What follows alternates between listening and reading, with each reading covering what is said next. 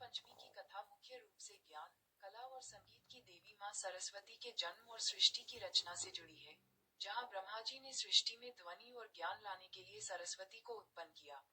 ये कथा बताती है कि कैसे वसंत ऋतु के आगमन पर सरस्वती की पूजा से बुद्धि और रचनात्मकता आती है, और यह पर्व भगवान कृष्ण द्वारा सरस्वती को वरदान देने से भी जुड़ा है, जिसके कारण आज भी इस दिन उनकी पूजा होती है।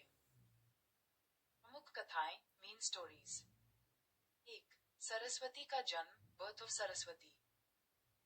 पौराणिक कथा के अनुसार भगवान विष्णु के कहने पर ब्रह्मा जी ने सृष्टि की रचना की, लेकिन पृथ्वी पर शांति और व्यवस्था लाने के लिए उन्हें ज्ञान और वाणी की आवश्यकता महसूस हुई।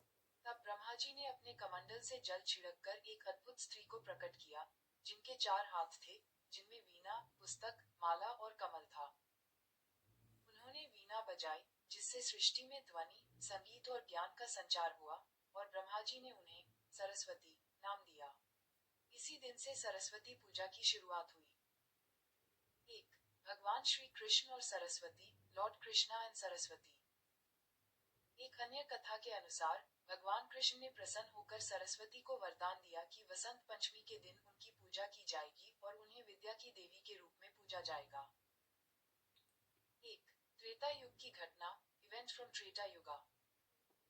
त्रेता युग में जब श्री राम सीता की खोज में निकले थे, तो वे शबरी की कुटिया पर भी गए थे।